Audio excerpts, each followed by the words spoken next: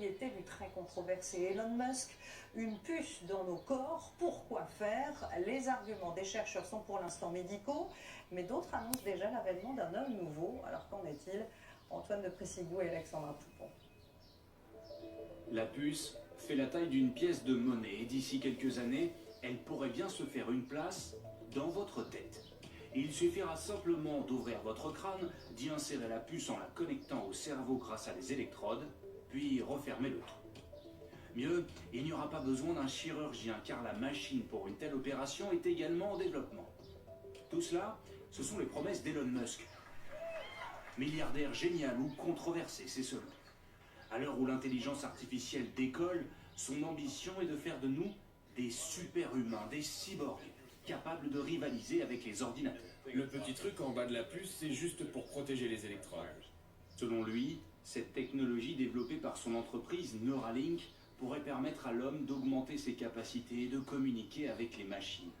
Les gens qui n'ont pas la possibilité de bouger leurs muscles pourraient ainsi contrôler leur téléphone plus rapidement que quelqu'un qui utiliserait ses mains.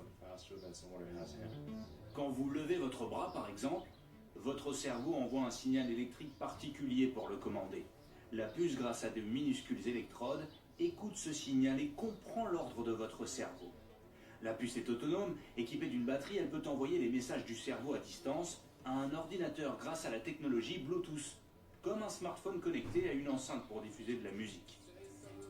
Dans les prochaines semaines, Neuralink va pouvoir commencer des essais sur l'homme après avoir déjà testé son invention sur des animaux. Ce singe, récompensé par un smoothie à la banane administré via une paille, a par exemple réussi à jouer à Pong par la pensée.